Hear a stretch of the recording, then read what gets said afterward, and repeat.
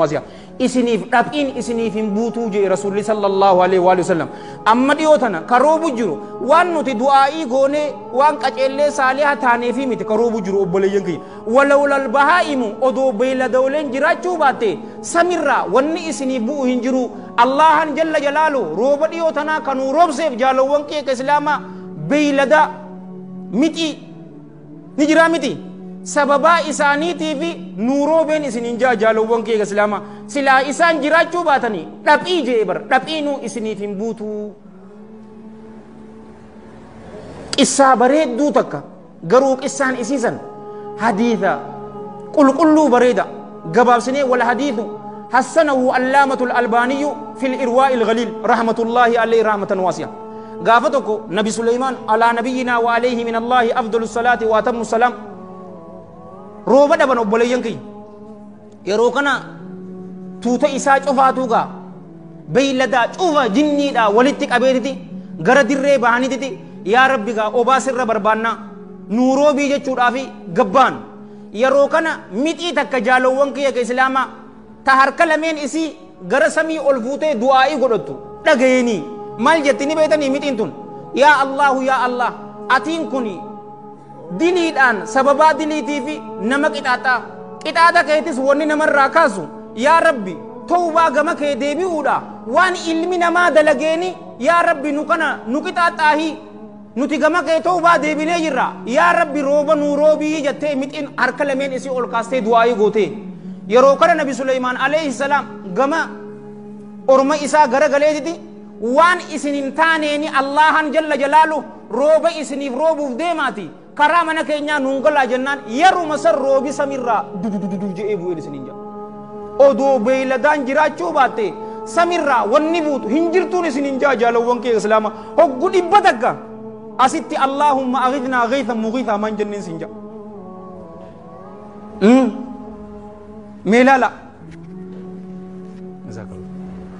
meelaala obboleeyyan kee islaama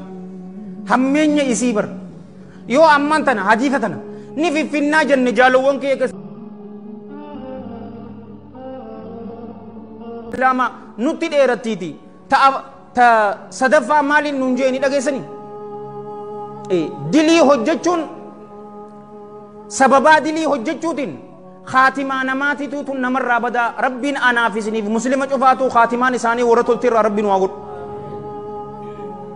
akka waliin jenne diliin shaqaa banka xiqqeenya salphinaan isiniin jaalawwan kee islaama kabajaa duraan saahiboota keetii fi hawaasa keessatti qabdu sababaa ati dilii hojjetteef ni kuftaa ija namaa keessatti obboleeyyan kee islaama dilii hojjechuun sababaa khaatimaan namaa itti badduun isiniin jaa ulamaa'in teenya rahmatullaahi alayhim rahmatan waasi'a arraan tana waa afur qofaan isiniim wanni afur yoo waan afuran san lakkisne guddaa akkaan sababaa taatee khaatimaa teenya taballeessitu waa afuran tanaan isiniin jaa waa afuran tana qarrinfoo teessaniin naa qabadhaa wanni duraa guddaan khaatimaa namaa ka itti baddu salaata laaffisu attahaawunu fi salaa salaata keessatti kashlaphee talisa ta'u guyyaa jum'ataatiin joolleen ammaan tana masgid daawwee bareedaa kana guutte joollee ganda kanaatii miti saa wallaamaa saa hajee hin sodaatini joollee ganda kanaatii miti joollee ganda biraatirraa hakiima sanii khuxubaa qaba jennaan inni rabbiin anaaf isiniif muslima cufaatiif ikhlaasa itti baasiti istiqaamaan waa kennu joollee dhuufteen isiniin jaa naa yesuuf attahaawunu fi salaa salaata laaffisu salaata keessatti kashlaphee ta'uu akka agartu isiin tuni khaatimaa namaa balleessitii maaliif ni beektanii wanni qabnu hariiroo dardarri keessa isii tana nutii fi Allah jidduu hariiroo jirtu isii tana yoo laaffisne akkama abbaa keenyaa taaname isiidha ta duraa ta lammadaa jaalawwan kee islaama haadhaa fi abbatti harkaa fi fuulaan itti hammachu ammaan tana akka agartuun sin jaabar ka dabare tokko